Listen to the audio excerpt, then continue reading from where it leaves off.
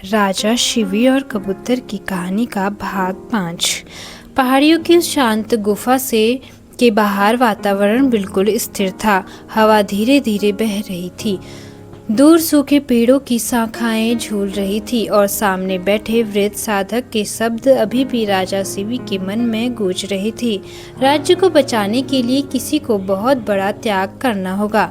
राजा ने गंभीर स्वर में पूछा, गुरुदेव कृपया स्पष्ट बताइए, मेरी प्रजा संकट में है, मैं कोई भी कठिनाई सहने के लिए तैयार हूँ। साधक ने कुछ क्षण आंखें बंद रखी, फिर धीरे से बोले, पहाड़ों के पार एक प्राचीन जलाशय है। सदियों पहले वहाँ से अनेक नदियाँ निकलती थी।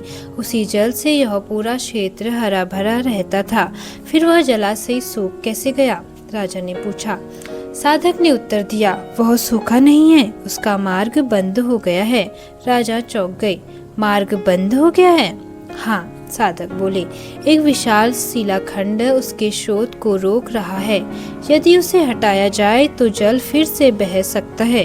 राजा के चेहरे पर आशा की चमक दिखाई दी, लेकिन अगले ही क्षण साधक ने कहा, परंतु शिलाखंड को हटाना अत्यंत कठिन है। राजा ने तुरंत अपने सैनिकों और अभियंताओं को बुलाने की बात कही, लेकिन साधक ने सिर हिला दिया। सिर्फ बल से यह कार्य नहीं होगा। तो फिर कैसे? राजा ने पूछा।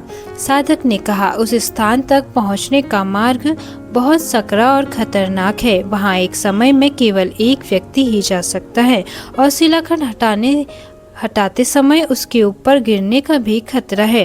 राजा समझ गए कि यह साधारण कार्य नहीं है। कुछ ही दिनों बाद वे अपने विश्वस्त लोगों के साथ उस स्थान का निरीक्षण करने पहुंचे। पहाड़ों के बीच एक सक्रिय दरार थी। उसके भीतर गहराई में विशाल शिलाखंड फंसा हुआ था। उसके पीछे सचमुच पानी का विशाल भंडार दिखाई दे रहा था। यदि पत्थर टूट जाए तो पानी पूरे क्षेत्र में फैल सकता था, लेकिन खतरा भी उतना ही बड़ा था। गलत कदम उठाने पर व्यक्ति की जान भी जा सकती थी। राजधानी लौटकर राजा ने सभा बुलाई। उन्होंने पूरी स्थिति सबको बताई। सभा में कई वीर सैनिक आगे बढ़े। महाराज, हमें भेजिए, हम राज्य के लिए प्राण देने को तैयार हैं। राजा उनके साहस से प्रसन्न हुए, लेकिन वे जानते थे कि यह केवल वीरता का प्रश्न नहीं था। यह एक ऐसे निर्णय का समय था जो पूरे राज्य का भविष्य बदल सकता था। तभी सभा में एक अप्रत्याशित व्यक्ति खड़ा हुआ। वह था धनपाल सेठ। वही धनपाल सेठ जिसने कभी स्वार्थ और लालच के कारण पूरे राज्य को संकट में डाल दिया था।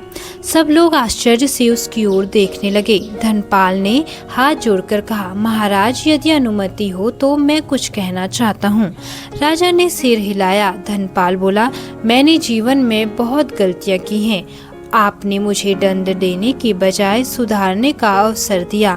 यदि आज राज्य संकट में है तो मैं भी उसका एक सेवक हूँ। सभा पूरी तरह शांत थी। धनपाल की आवाज भर्रा गई, यदि किसी एक व्यक्ति को यह जोखिम उठाना है तो मुझे जाने दीजिए। यह सुनकर सब स्तब्ध रह गए। मंत्री सोमदत्त ने अविश्वास से पूछा, क्या तुम समझते हो कि इसका अर्थ क्या है? धनपाल ने उत्तर दिया, हाँ, शायद मैं जीवित वापस न लौटूं, लेकिन यदि मेरे प्राणों से हजारों लोगों का जीवन बच सकता है तो यह सौदा बुरा नहीं है। राजा शिवी उसकी ओर देखते रहे। उन्हें याद आया कि यही व्यक्ति कभी केवल अपने लाभ के बारे में सोचता था और आज वही व्यक्ति पूरे राज्य के लिए अपना जीवन दांव पर लगाने को तैयार है। उस रात राजा बहुत देर तक सोचते रहे, क्या धनपाल को यह अवसर दिया जाए? क्या यह वास्तव में उसके परिवर्तन का प्रमाण था या भाग्य उनके सामने एक नई परीक्षा रख रहा था? अगले सुबह निर्णय लिया जाना था और उस निर्णय के साथ ही राज्य का भविष्य भी तय होने वाला था। सूर्योदय से पहले ही राजधानी जाग उठी थी। आज का दिन साधारण नहीं था। पूरे राज्य की आशा एक ही कार्य पर टिकी हुई थी, पहाड़ों के बीच फंसे उस विशाल शिलाखंड को हटाना, ताकि जल फिर से बह सके और सूखे से पीड़ित लोगों को जीवन मिल सके। राज्यसभा में सभी उपस्थित थे। राजा सीवी सिंहासन पर नहीं बल्कि सभा के मध्य खड़े थे। उनके सामने धनपाल सेठ खड़ा था। कल तक जो व्यक्ति लालच का प्रतीक माना जाता था, आज वही त्याग का मार्ग चुन सकता था। राजा ने उसकी ओर देखा और कहा, धनपाल, यह मार्ग अत्यंत खतरनाक है। तुम्हें अपने निर्णय पर एक बार फिर विचार करने का अवसर दिया जाता है। धनपाल ने शांत स्वर में कहा, महाराज, कभी मैं केवल अपने लिए जीता था। आज पहली बार मुझे लगता है कि मैं दूसरों के लिए कुछ कर सकता हूँ। मेरा निर्णय अटल है। सभा में उपस्थित लोगों की आंखें नम हो गई। कुछ ही समय बाद एक दल पहाड़ों की ओर रवाना हुआ। राजा स्वयं भी उनके साथ थे। वे अपने लोगों को संकट में अकेला नहीं छोड़ना चाहते थे। कई घंटों की यात्रा के बाद वे उस सकरे पहाड़ी मार्ग तक पहुंचे, जहां विशाल शिलाखंड जल के स्रोत को रोक रहा था। नीचे गहरी खाई थी, ऊपर टूटती चट्टानों का खतरा था और बीच में वे विशाल पत्थर था, जिसके पीछे हजारों लोगों के जीवन की आशा छिपी थी। धनपाल आगे बढ़ा। उसने रस्सियों और लोहे के औजारों की सहायता से शिलाखंड का निरीक्षण किया। कुछ सैनिक भी सहायता करना चाहते थे, लेकिन मार्ग इतना सकरा था कि एक समय में केवल एक ही व्यक्ति वहां काम कर सकता था। घंटों तक प्रयास चलता रहा। धनपाल पत्थर को ढीला करने की कोशिश करता रहा। उसके हाथ छिल गए, शरीर थक गया, लेकिन उसने हार नहीं मानी। नीचे खड़े लोग सांस रोके सब देख रहे थे। अचानक एक तेज आवाज गूंजी। पहाड़ का एक हिस्सा हिलने लगा। छोटी छोटी चट्टानें टूटकर गिरने लगी। सैनिक घबरा गए। धनपाल, वापस आ जाओ, कई लोगों ने चिल्लाकर कहा। लेकिन धनपाल जानता था कि यदि वह अभी पीछे हटा तो शायद यह अवसर फिर कभी न मिले। उसने पूरी शक्ति लगाकर अंतिम प्रहार किया। एक भयंकर गर्जना हुई। विशाल शिलाखंड हिल गया, फिर धीरे धीरे अपनी जगह से खिसकने लगा और अगले ही क्षण वह नीचे गहरी खाई में गिर गया। कुछ क्षणों तक सब कुछ शांत रहा। फिर अचानक पहाड़ों के भीतर से जल की गर्जना सुनाई दी। सदियों से रुका जल मुक्त हो चुका था। एक प्रबल धारा आने लगी। पहले छोटी धारा बनी, फिर एक नदी का रूप लेने लगी। लोग खुशी से चिल्ला उठे, जल जल आ गया। लेकिन उसी समय एक और भयानक घटना घटी। शिलाखंड के गिरने से ऊपर की चट्टानें भी टूटने लगी। एक विशाल पत्थर धनपाल की ओर तेजी से बढ़ा। नीचे खड़े लोगों की चीख निकलने लगी। राजा शिवी आगे बढ़े, लेकिन वे बहुत दूर थे।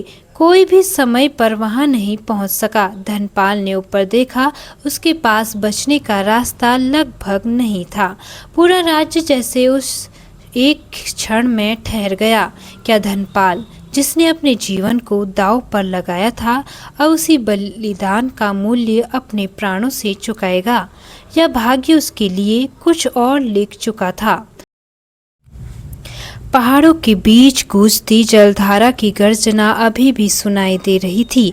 विशाल शिलाखंड हट चुका था। वर्षों से रुका हुआ जल अब स्वतंत्र होकर मैदानों की ओर बह रहा था।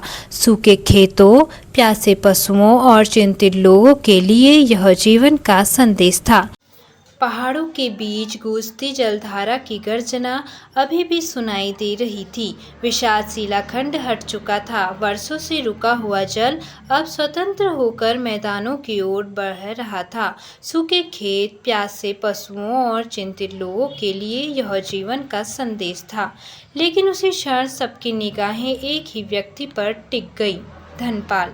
ऊपर से एक विशाल चट्टान उसकी ओर गिर रही थी। नीचे खड़े सैनिक, मंत्री और स्वयं राजा शिवी भय से भरे उठे। धनपाल, सावधान, कई आवाज एक साथ गूंज उठी। धनपाल ने अरे यार की गुरी में